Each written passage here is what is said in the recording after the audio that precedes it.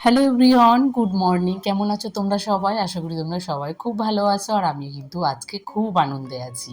তো প্রিয়শ্রী ব্লগে তোমাদেরকে সবাইকে আবার অনেক স্বাগত জানিয়ে ব্লগটা শুরু করছি। আর এখন বাজে ওই সকাল ৮টা মতো। এখন থেকে তোমাদেরকে সাথে নিয়ে ব্লগটা শুরু করছি।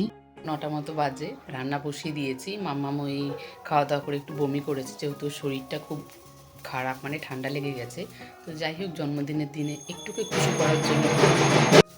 আর আজকে মন্দিরে অমাবস্যা পুজো, তাই ঢাকটা বাজছে। তো মামামুকে ওখানে পাঠানো হয়েছে, মানে মন্দিরে, তাহলে একটু ওর ভালো লাগবে। তো আমি এখন রান্নাবান্নাগুলো তাড়াতাড়ি করে সেরে নেব। মামামের শরীরটা একটু খারাপ হয়ে গেছে সকাল থেকে, মানে আগে থেকে শরীরটা খারাপ ছিল, তো ভোরবেলা থেকে আরও একটু বেশি হয়ে গেছে। তো মামামকে একটু আমি বাইরে পাঠিয়ে তারপরে আমি রান্নাটা বসিয়ে দিয়েছি, যেহেতু আজকে হচ্ছে স্পেশাল একটা দিন। তো আমাকে তো কিছু রান্না করতেই হবে, তো সেই জন্য সকাল সকাল উঠে রান্নাটা বসিয়ে দিয়েছি। আর মাম্মাম নেই, মাম্মাম আসার আগে রান্নাটা যত তাড়াতাড়ি পারবো কমপ্লিট করে নেওয়ার চেষ্টা করব। তো এখানে আমি একটু 5 রকমের ভাজা করছি। এই 5 রকমের ভাজা করতে করতে আমার অনেকটা সময় লেগে গেছে, কারণ মাঝখানে অনেক কাজ করে নিয়েছি। আর মাম্মাম বাড়িতে এসেছিলো, ওকে একটু খাইয়েও দিয়েছি, তারপর ও আবার গেছে। তো এখানে যেহেতু বেশি তেল দিয়ে আমি ভাজাভুজিগুলো একটু করে নিলাম, তাই একটু তেলটা উঠিয়ে রাখলাম, পরে আবার তরকারিটা বসাবো বলে। তো এখানে আমার 5 রকমের ভাজাটা করা কমপ্লিট হয়ে গেল। আর এখানে আমি একটু কালো জিরে ফোড়ন দিয়ে একটু কুয়াশ আলুর তরকারি করছি, যেহেতু এটা হচ্ছে শনিবারের ব্লগ, আর এটা হচ্ছে 29 তারিখের। 29শে মার্চ এটা হচ্ছে আমার কাছে সবথেকে একটা স্পেশাল দিন বলতে পারো। এই 29শে মার্চ আমি প্রথম মা হয়েছিলাম। তো মা হওয়ার অনুভূতিটা হয়তো যারা হয়েছে তারা হয়তো সবাই জানো যে কতটা খুশির একটা ব্যাপার। প্রথম মা হওয়ার অনুভূতিটা হয়তো কাউকে বলে বোঝানো যায় না, কিন্তু যখন প্রেগনেন্সির পুরো জার্নিটা শেয়ার করতে গেলে অনেকটা সময় লেগে যায়। সেই সময় প্রথম যখন আমরা মা হই, তখন কিন্তু আমাদের মনের মধ্যে একটা অনেক ভয় থাকে। তার সাথে কিন্তু আমরা খুব খুশিও হই, কারণ আমার মধ্যে একটা যে ছোট্ট প্রাণ বেড়ে উঠছে সেটা নিয়ে কিন্তু আমরা অনেক খুশিতে থাকি। তার সঙ্গে কিন্তু আমাদের খুশির থেকে বেশি টেনশনটা বেশি হয়, যেহেতু আমরা প্রথম মা হচ্ছি, কি হবে সেটা একটা আমাদের চিন্তা থাকে। টেনশন, ভয়, আনন্দ, খুশি সব মিলিয়েই তো আমাদের জীবন। তো এই করতে করতে মামামকে নিয়ে আমার 3টে বছর হয়ে গেল। তো 29শে মার্চ মামামের 3 বছর পূর্ণ হলো। আমার সেই ছোট্ট পুতুলটা যে কিভাবে এত তাড়াতাড়ি বড় হয়ে যাচ্ছে সেটা কিন্তু বুঝতেই পারছি না। মাঝে মাঝে মনে হয় এই তো সেই দিন প্রথম যেদিন মাম্মামকে দেখলাম, আর প্রথম মাম্মামকে যেদিন আমি কোলে নিয়েছিলাম। তো দিন তো আর থেমে থাকে না, সময়ও আর থেমে থাকে না। তাই আজকে দেখো মাম্মাম কত বড় হয়ে গেল। আজকে মাম্মামের 3টে বছর পূর্ণ হয়ে গেল, 4 বছরে পড়লো। তো এখানে ওর পাপা ওর জন্য অনেক কিছু গিফট নিয়ে এসেছিল, যেহেতু আমাদের বাড়িতে যেটা নিয়ম আছে 5 বছর না হলে কেক কাটতে নেই। আর আমি এখানে সকাল সকাল একটু রান্নাটা বসিয়ে দিয়েছিলাম, যেহেতু তাড়াতাড়ি ভেবেছি রান্নাটা কমপ্লিট করে নেব, তারপর মাম্মামের জন্য আজকে পুরো সময়টা রাখবো। তো সেই জন্য আমি সকাল সকাল একটু রান্নাটা সেরে নিচ্ছি। আর মাম্মামের যেহেতু শরীর খারাপ, তো একটু বাচ্চাদের শরীর খারাপ হলে কিন্তু সবসময় মাকেই চাই। তার মধ্যে মাম্মামকে একটু খুশি করার জন্য যতটুকু পারবো ততটুকু চেষ্টা করছি।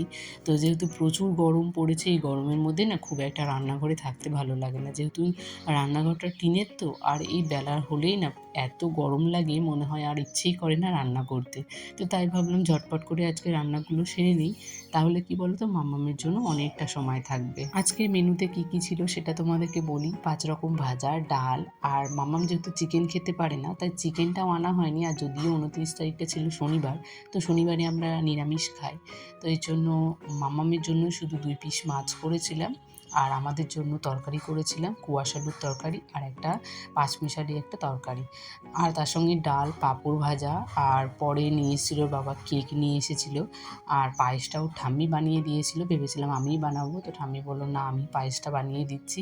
তো মা উনানের মধ্যে পায়েসটা বানিয়ে দিয়েছে। যেহেতু বার্থডে, তো মাম্মামের খুশির জন্য বাবা কিন্তু আজকে অফিসে যায়নি, তো অন্য একটা কাজ ছিল, সেই কাজটা করতেই গেছিলো। আর অনেকটা সময় লেগে গেছিলো কাজের জন্য। তারপরেও কিন্তু এসে মাম্মামের জন্য আবার 2টো ড্রেস নিয়ে এসেছে, এই যে একটা লাল আর আরেকটা ছিল ইয়েলো কালার। তো সেটা তোমাদের সঙ্গে আর শেয়ার করা হয়নি, তো সেটা একদিন পরের ব্লগে দেখিয়ে দেবো। আর এখানে দেখো ওর জন্য যা যা কিছু আনানো হয়েছিল, তো সেগুলো ওর বাবাই সব সাজিয়ে সাজিয়ে রাখলো। আর আমি তার ফাঁকে মাম্মামকে ভাবলাম একটু রেডি করিয়ে দিই, যেহেতু বার্থডে গালের তো একটু স্পেশাল হতেই হয়। তাই ভাবলাম যে মাম্মামের জন্য যে জিনিসগুলো কিনেছিলাম, তো সেই জিনিসগুলো দিয়েও যতটুকু পারি ওকে একটু সাজিয়ে দিই। যদিও একটু স্থিরভাবে বসতেই চায় না, এত চঞ্চল, তাই আমি ওকে একটু বকছিলাম, ভেবেছিলাম ওর বার্থডে দিন বকবো না। তো মাম্মাম এত বিরক্ত করে না, আমার মনে হয় একটু ওকে রেডি করাতে গেলে না আমি সত্যি খুব বিরক্ত হয়ে যাই। মানে ও একটা সেকেন্ড চুপ করে কখনো বসতে চায় না, মানে এতটা অস্থির হয়ে যায়। তো এখানে আমি ক্লিপগুলো লাগিয়ে দিচ্ছিলাম। ওর ওর এত প্রশ্ন, মা এটা কেন হয়, মা এটা কেন হচ্ছে, আমার জন্য কী নিয়ে এসেছে। ওর হাজারটা প্রশ্নের উত্তর দিতে দিতে না মাঝে মাঝে আমি নিজেই ক্লান্ত হয়ে যাই। তখন চুপচাপ থেকে যাই, ওর সঙ্গে আর আমি বকতে পারি না। কিন্তু ও সারাদিন একই রকম করতে থাকে। ওর এখানে দেখো দুটো একটা ক্লিপ দিয়ে কিন্তু হবে না, ওর সবগুলো ক্লিপ লাগবে। আর এই ক্লিপগুলো আমি কিনেছিলাম আমাদের যখন এখানে মেলা হয়েছিল এই কয়েকদিন আগে। সেই মেলাতেই আমি ক্লিপগুলো নিয়েছিলাম, আর সামনে ওর বার্থডে ছিল বলেই নেওয়া হয়েছে। যদিও আমি এই মাসটা গেলেই আমি ওকে ন্যাড়া করিয়ে দেবো, যেহেতু বার্থডে মাসে ওকে ন্যাড়া করাতে হয় না।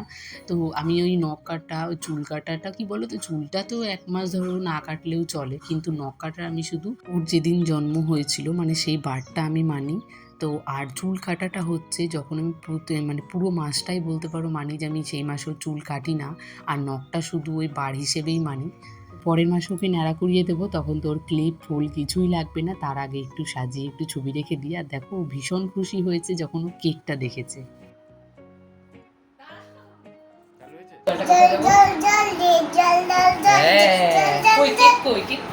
কেক ফ্রিজে চামচ আনছো? দেখো তো কি ভালো লাগছে। চামচ না, দেখি দেখি ওই কুতুটা ছবি তুলে যাবো শুধু শুধু। আচ্ছা দাঁড়াও, তুই ওর সময় কি করতে গিয়ে ছবি। আর বার্থডে যেহেতু সেভাবে হচ্ছে না, তাই দুপুরবেলা ওকে একটু সাজিয়ে গুছিয়ে আমি এখানে দিলাম। আর ও যেহেতু বার্থডে কখনো একা একা খেতে নেই, এটা আমার শাশুড়িও বলে, এটা আমার মাও বলে, যে বার্থডের পায়েস বলো খাওয়া দাওয়া বলো কখনো একা খেতে নেই, সঙ্গে একটা বাচ্চা কিংবা কাউকে নিয়ে বসতে হয়। তো এখন দুপুরবেলা তাকে পাবো। আর হ্যাপি বার্থডে মাম্মা, হ্যাপি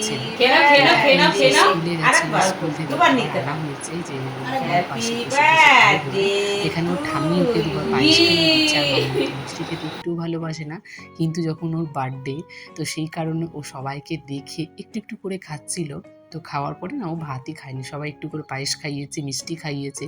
তাতে ওর খুব বোরিং লাগছিল, যেহেতু মিষ্টিটা একটুও ভালোবাসে না। তো দেখো পিসিমণি ওকে আবার মিষ্টির মধ্যে একটু পাঁপড়ও দিচ্ছিল, পাপা আবার দিচ্ছিল, তো কিছুতেই ও নেবে না। আমার শ্বশুরবাড়ির নিয়মে হচ্ছে 5 বছর না হলে কেক কাটতে নেই, তো সেই কারণে ও তো আর একা কেকটা কাটতে পারবে না, তাই 3 জন মিলে হাত ধরে কেকটা কাটা হচ্ছিল। তার সাথে ওর ঠাম্মিও ছিল, যেহেতু ওর দাদু দুপুরবেলা বাড়িতে ছিল না, নাহলে ওর দাদুকে দিয়েই কাটানো হতো। তো ঠিকই আছে, দাদা দাদু ওই একই রকমই। তো ও দাদাকে নিয়েই কাটলো। তো সবার ফার্স্টে কিন্তু ওর পাপাকেই খাওয়ালো। এই হয় মেয়েদের ভালোবাসা, সবসময় কিন্তু বাবার প্রতি ভালোবাসাটা সব আগে থাকে। বাচ্চাদের একটা না এই ভালোবাসার লোকে না পরস্পর একটা মানে কি বলতো 1-2 নম্বর হয়ে যায় ওদের বলতে পারো। তো সবার প্রথমে মেয়ে হলে তো তার বাবাকেই ভালোবাসবে, তারপরে যে ওকে যে আদর করে বেশি ভালোবাসে, বকে না, তো তাদেরকেই ভালোবাসে, তারপরে সবার শেষে কিন্তু মা। সেই লিস্টে যদি নামটা বলো সবসময় কিন্তু মা সবার পরে হয়, কারণ মা সবসময় বকাবকি করে, একটু শাসন করে, সেই জায়গায় কিন্তু ওই বাচ্চাদের এটা ভালো লাগে না। আর সব্বাইকে খাওয়ানোর পরে মামামের মনে পড়ে যে মা আছে, মাকে খাওয়াতে হবে, মায়ের মন খারাপ।